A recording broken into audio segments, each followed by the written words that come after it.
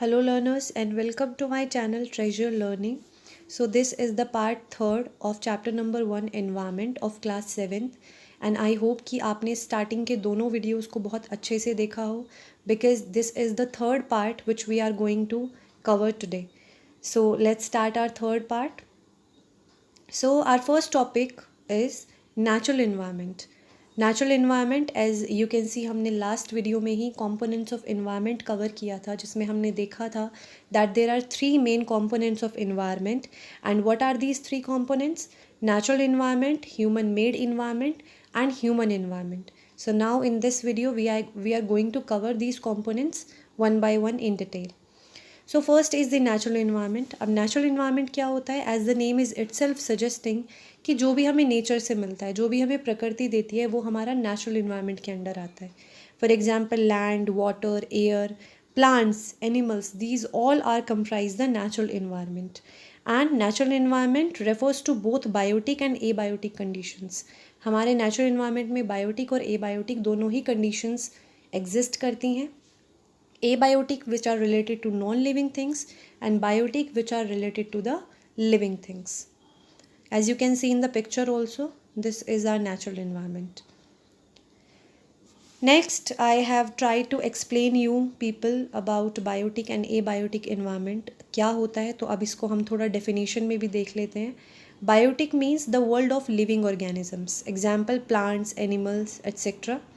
And there are some more microorganisms as well जो हमारे living होते हैं. They all come under biotic environment. Abiotic the world of non living organisms. Example land, water, air, mineral. These all are very useful to us but they are non living. Now natural environment भी हमारा further कुछ domains में divide होता है. Okay, so these there are 4 domains of our natural environment. First is the lithosphere, second is hydrosphere, third is atmosphere and fourth is biosphere. As you can see in this picture also, ये picture आपके book में भी given है. आपको यहाँ पे चारों domains को विद पिक्चर एक्सप्लेन किया हुआ है काफ़ी अच्छे से, जिसमें आप देख सकते हो हाइड्रोस्फेयर जो हमारे वाटर बॉडीज़ होती हैं वो वाला डोमेन हमें दिखाया हुआ है. लिथोस्फेयर जो हमारा लैंड वाला एरिया होता है. एटमोसफेयर जो हमारा एयर जो एयर पूरा कंसिस्ट होता है, पूरा एयर का blanket, that is atmosphere. And biosphere जिसमें ये सारे डोमेन्स एक साथ इंटरेक्ट करते हैं, that together makes biosphere. So now let's start with the first domain of natural environment, that is lithosphere. Lithosphere आपका क्या होता है? It is the solid crust और hard top layer of the earth. Sorry for the spelling, hard में D भी मैं mention I think करना भूल गई. So you can understand hard यहाँ पे आएगा word. It is the solid crust और hard top layer of the earth. ठीक है.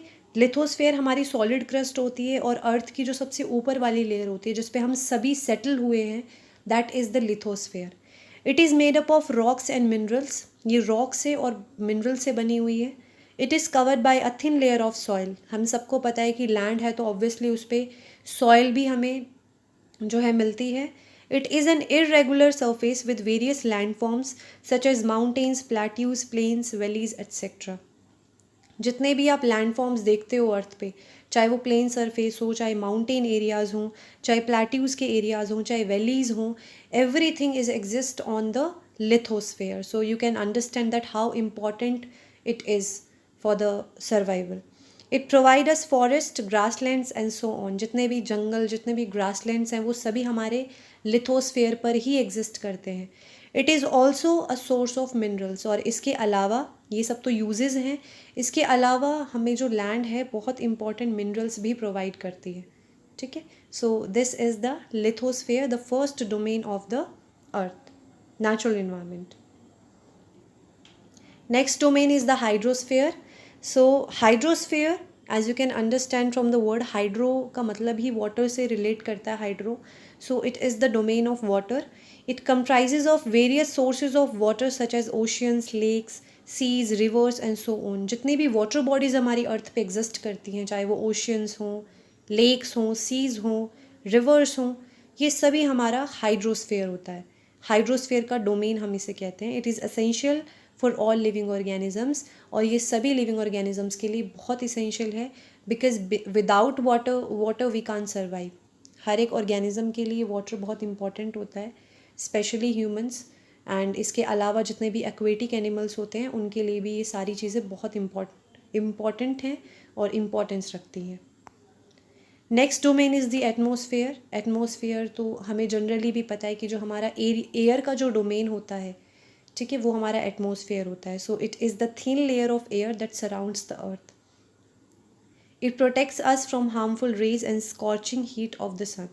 ये आप फर्दर चैप्टर में अपने पढ़ेंगे क्लास 7th ज्योग्राफी में कि किस तरीके से एटमॉस्फेयर हमारा बहुत सारी लेयर्स को कंसिस्ट करता है और सभी लेयर्स का अपना एक स्पेसिफिक रोल होता है। इससे इसी के साथ साथ एक ओजोन लेयर भी हमारी एटमॉस्फेयर में एग्जिस्ट करती है जो हमें सन की हार्मफुल यूवी रेज से बचाती है।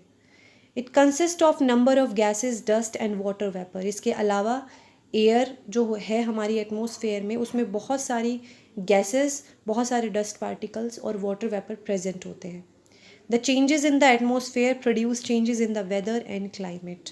और एटमॉस्फेयर में जब कोई बदलाव आता है, एटमॉस्फेयर की लेयर्स में जब कोई चेंज आता है तो वो चेंज हमें हमारे वेदर और क्लाइमेट में देखने को मिलता है।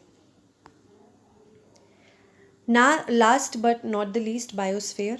Plant and animal kingdom together make biosphere. Plant और एनिमल मिलकर बायोस्फीयर बनाते हैं। तो जो हम रह रहे हैं जिस एरिया में वो हमारा बायोस्फीयर ही है जिसमें हम सभी living as well as non living things interact करती हैं एक साथ। So it is a narrow zone of the earth where land, water and air interact with each other to support life. ये एक नैरो जोन होता है अर्थ का जिसमें लैंड, वाटर, एयर, मैंने जैसे कि आपको स्टार्टिंग में ही बोला था कि जब ये सभी डोमेन्स एक साथ मिलते हैं, इंटरेक्ट करते हैं तो हमारा एक लास्ट डोमेन बनता है जो कि हम बायोस्फीयर जिसे कहते हैं। So it is a narrow zone of the earth where land, water and air interact with each other to support life. So learners, these are the 4 major domains of natural environment जिनको हमने अभी इस part में study किया है। सो I hope कि आपको ये वीडियो समझ आया हो, आपको सभी डोमेन्स भी क्लियर हुए हों और नेचुरल इन्वायरमेंट का कॉन्सेप्ट भी आपको क्लियर हो गया हो। सो बाकी के फर्दर कंपोनेंट्स हम नेक्स्ट पार्ट में स्टडी करेंगे। So keep safe and at home and keep learning with me. और अगर आपको वीडियो पसंद आया हो तो उसे लाइक ज़रूर करें और चैनल को भी सब्सक्राइब करें ताकि आपको ऐसी ही और अच्छी अच्छी वीडियोज़ मिलती रहें। Thank you so much for watching.